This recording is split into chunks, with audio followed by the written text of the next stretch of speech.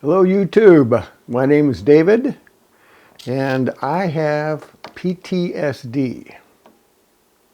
So that's the name of this channel, is Living with PTSD. Now I know obviously I'm not alone and there are different forms of PTSD. Mine is from Vietnam. So this is a brand new channel for me as far as explaining or sharing my PTSD with anybody. I have another travel channel which I post travel videos on called Travel with David Blaine. That's stuff that I've been doing for a few years. But as I'm getting older, my PTSD is getting worse.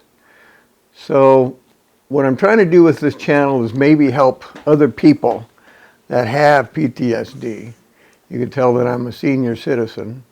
And as we go along and as I put up more videos, what I'm trying to do is have a record for myself and maybe for other people who might need it, as showing that the way PTSD might get worse and how I am officially at 100% according to the VA. And I'll get into the records and everything that I have here to show, to maybe help somebody else out with what they do and how they go about it.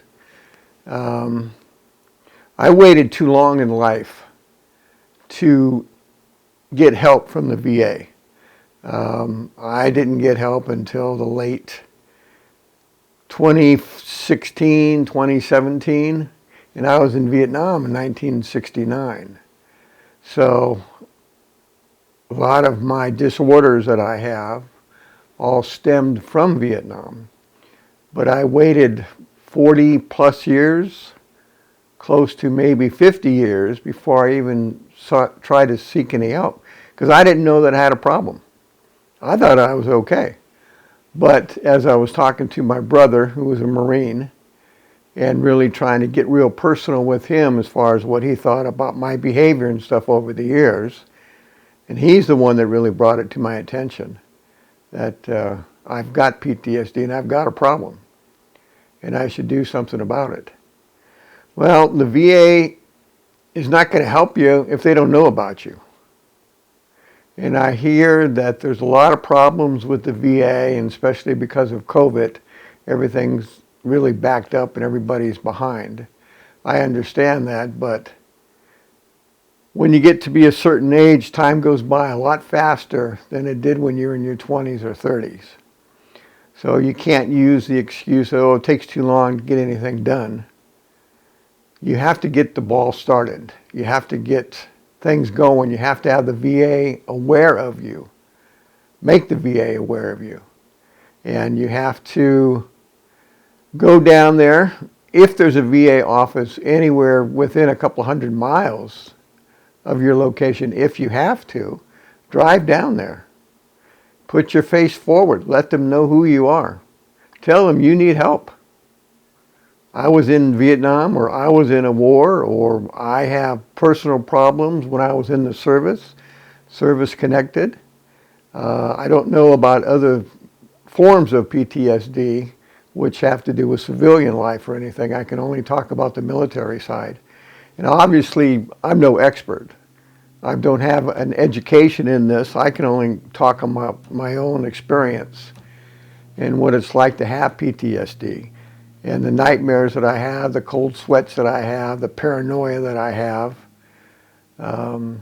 According to the VA, I have 14 things that's wrong with me that stems from my PTSD.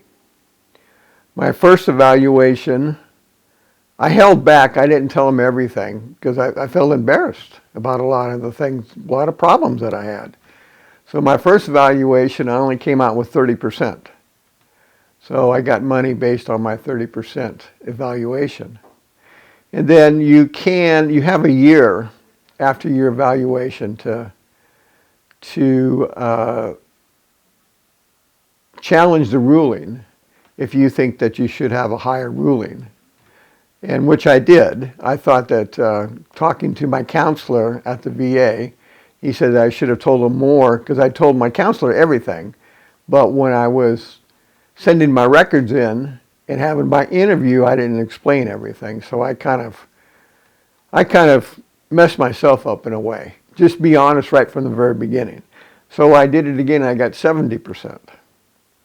So in that one, I still felt that it wasn't right, so I challenged that, and I got to be 100%.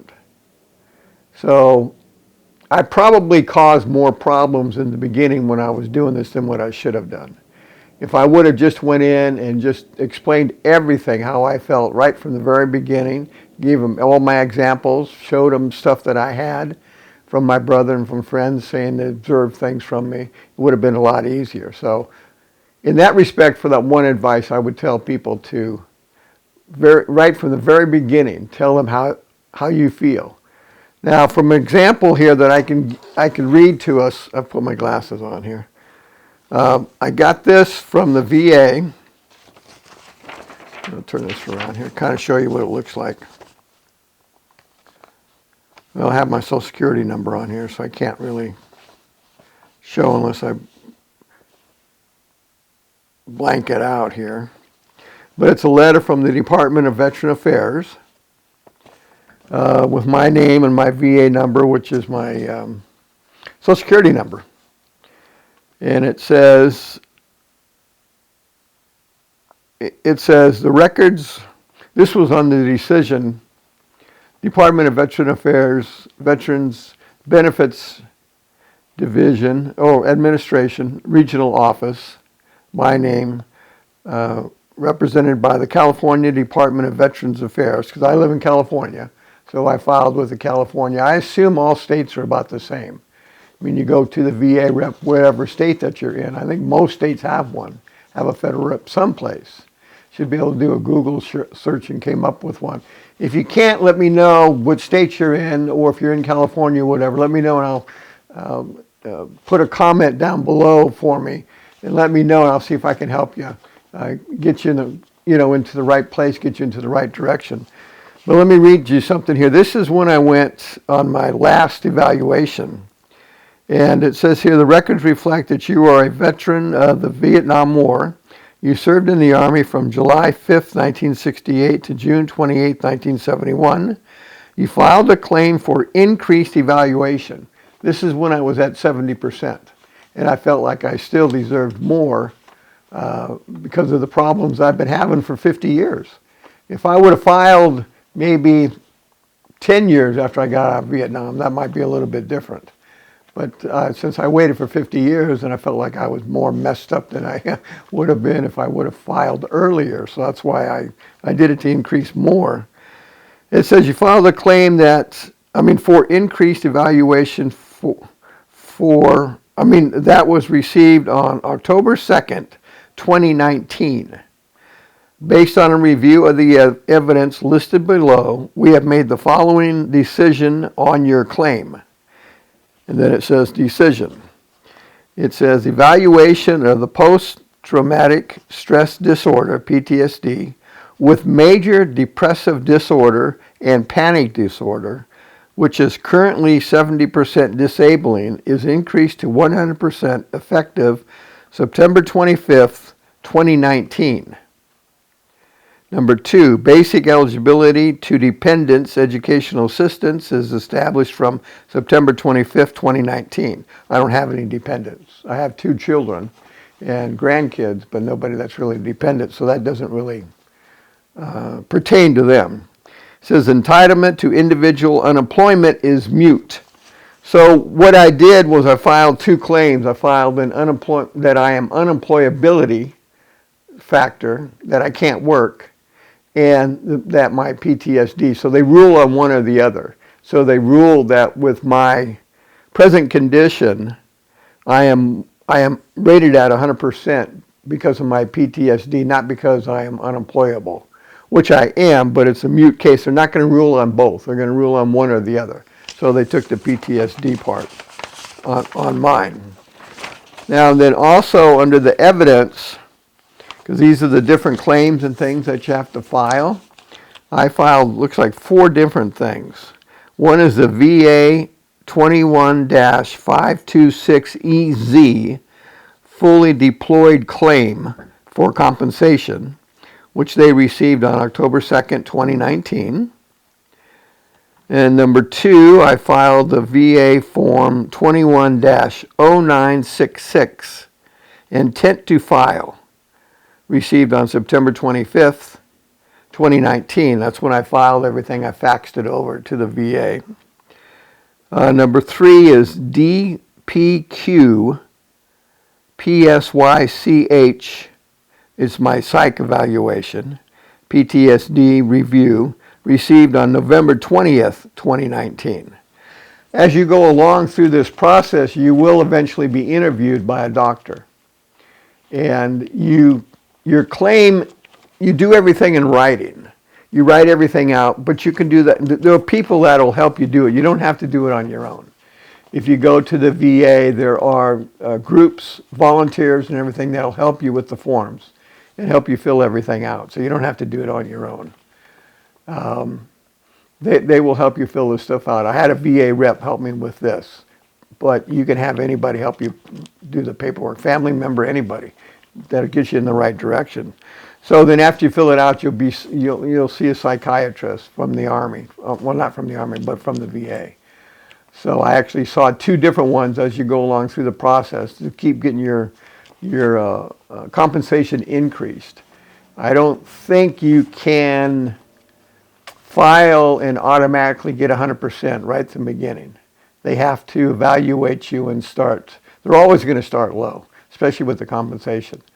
But they do tell you have a year after the evaluation to dispute the ruling or increase, so you can increase your disability compensation. And that's what I did. So I just kept bringing it up. So you have a psych evaluation. That's what I had. Then the last thing is VA Form 21-0781, statement in support of claim for PTSD, received on October 2nd, 2019. Excuse me. The statement in support of claim is the form that you fill out saying what happened. Like I was in Vietnam, I was in Hamburger Hill, or on Hamburger Hill, which I received a Silver Star from. And I put all of that in my description as to why I claim PTSD as far as my involvement in the Vietnam War. You don't have to have a Silver Star. You don't have to been on Hamburger Hill before you get compensation, before you get anything. I'm just one of millions who receive PTSD compensation. So don't let that deter you that you have to be in a war environment. It might help speed things up a little bit longer, but PTSD is not really based on your war experience. You could get it for other things besides that, so don't let that deter you from trying to file at all. So, and then it says that we have assigned a 100% evaluation for your post-traumatic stress disorder, PTSD, based on, and then they list 1, 2, 3, 4, 5, 6, 7, 8, 9, 10, 11, 12, 13, 14, 15, 16, 17. They list 17 things, not just one. So they list 17 things on here. Okay, so I'll show you here what it says.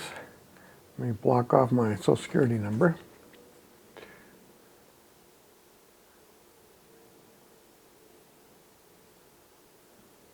See if I can get everything in here.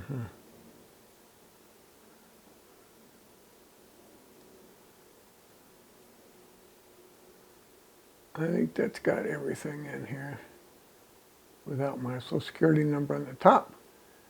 So you can pause the screen and read all this, and it'll tell you everything that I have to show you that I'm backing up what I'm telling you. So I'll go ahead and pause it. I'll wait a minute while you pause it. Okay. That's what they claim that I have, and you can see that it's quite a bunch of different things. So, and I'm not proud of it, and I'm not bragging. I'm just using it as a point of reference to let you know that a lot of this stuff I didn't know that I had. But when you're talking to a psychiatrist from the Army, or you have friends that'll be 100% real with you, they might tell you, yeah, you do have these things. So don't be embarrassed and don't be shy, and get help. Get help from people. That's what they're there for. 30 years ago, it wasn't this easy. It wasn't recognized as much as it is now. PTSD has been around for hundreds of years. They just called it different things. During World War I, it was called shell shock. And I think during World War II, it was called the same thing. They just didn't recognize it as being a mental disorder as much as when they started in the 80s. I would say mid-80s to late 80s is really started to come to fruition. And especially Agent Orange. If you have, I was in the area where they sprayed Agent Orange. I was in the Ashaw Valley. I was in the 101st Airborne Division. And we came across Agent Orange quite a bit, not as much as in South Vietnam, but North Vietnam, there was a lot of it. But I can't claim a disorder because I don't have any of the symptoms, which is different types of cancer. I don't have cancer, thank God. Not yet, anyway. So I can't claim any kind of Agent Orange, getting it from there. So, and Agent Orange will also, you don't even have to be in country. The latest I heard a couple of years ago was you could have been in the Navy, been stationed 50 miles off the coast of Vietnam. You could still, if you have one of the cancers or some of the other side effects of Agent Orange, which is mostly cancer, you can still get compensation for it. So you don't have to have been in Vietnam to get it. And there's a lot of other wars that we've been into. The Desert War, which I can't really speak about because I wasn't in that war, but they have a lot more cases of PTSD, I think, than in Vietnam. Because the people that are coming back from the Gulf War and from the wars in the 90s and everything are more aware. The Army is more aware of what's going on, so there's more cases being or people being helped. So this is the first day of my blog, and what I'm trying to do is just bring an awareness, see if I can help people. Now that I've really gone through the system for the last 3 or 4 years, and have some contacts. I'm in the southern Los Angeles area, but like I said, it doesn't matter what state you're in. The procedure is all about the same. And don't let other people say, "Well, you got compensation because you knew how to feed a line of bull to the psych investigators." Don't let that fool you. Those guys aren't stupid. They know when somebody's trying to pull the wool over their eyes. So just be honest with them and yourself. And don't try to BS them because they'll see through it. Don't try to scam them because you're not going to get anywhere. You might get one ruling, but it's going to catch up to you because they reevaluate this stuff. Now with me, since I have 17 things wrong, they can't come back to me and say, well, you don't get 100% because you're cured of some of these things. Because a lot of these things, there is no cure. And there is no cure for PTSD. So once you get a rating, they can't really change it lower. They can always go higher. You can always increase your claim. It will go to a review board in Washington, D.C. It might take 6 months or a year. But hell, what are you doing the next 6 months or a year? You're going to be here. You might as well get this stuff started and get going on it. You'd be surprised how much time goes by. You have nothing to lose. You have everything to gain. They have classes. They have groups. I went to groups for a while. You hear other people with their feelings and you know that you're not alone. The only reason I stopped going to groups is because since my situation goes clear back to late 60s, I don't want to be reminded of it. And when you go to those groups and you talk about it, you're going to start remembering things that you've been trying to forget, and it makes it worse on you. So I stopped going after a while because I didn't want to be reminded. And when I was going, even though you're working on exercises and things to help you forget or help you remember and help you kind of rationalize what happened, you still, those things come up to you in the middle of the night and you remember them. So don't cheat yourself, guys, and women. There's women that went through Vietnam and women that went, remember that TV show China Beach? Had to do about nurses in Vietnam. There was women in Vietnam. They saw more blood and guts than I ever did working in a hospital. You could get PTSD from that. So if there's women out there that have gone through this, especially in the Gulf War or other wars, don't be afraid. Don't be ashamed. The people are here to help you. The VA is getting better and better all the time. Yeah, it's got its problems and everything. But get in the system and work the system as far as writing down names, writing down phone numbers. Fight for yourself. Get in there. They'll never say, well, go away. What they will do is if they don't know who you are, they have no way of getting a hold of you. If you don't constantly work with them, keep your appointments, make other appointments, then you're never going to get anywhere. And you're going to be needlessly suffering in life when you don't have to. So I thank my brother a lot. He's really helped me. He's brought a lot of things to my attention that I didn't know about. And he's helped me write down things and feelings and everything that I shared with the VA to help me get my claim and help me get some help. Things are better with me, but I've got 50 years that I'm fighting. Because I was in from 68 to 71, and I was in Vietnam in 1969. I was there when America landed on the moon, so we didn't think it was any big deal because we were fighting for our lives. So that's how far back my symptoms go. So it's taken me a little bit longer. But if I would have got help in the 80s, I probably wouldn't feel the way that I feel now. So as we go along here, I'll try to bring up more things, and if I can get some answer or some questions down below, I'll answer them, and I'll try to help anybody that I can. I put up videos of my travel and things around here that I do, but I'm also doing it, besides trying to help other vets, I'm also trying to do it to see the progression in myself, how things are going. And I know I think I'm going to bump up to a part where I'm going to get into that condition that you get, I can't think of the name right now, that Charlton Heston had and a bunch of other people had, where you can't remember anything. No, I can't think of what that is.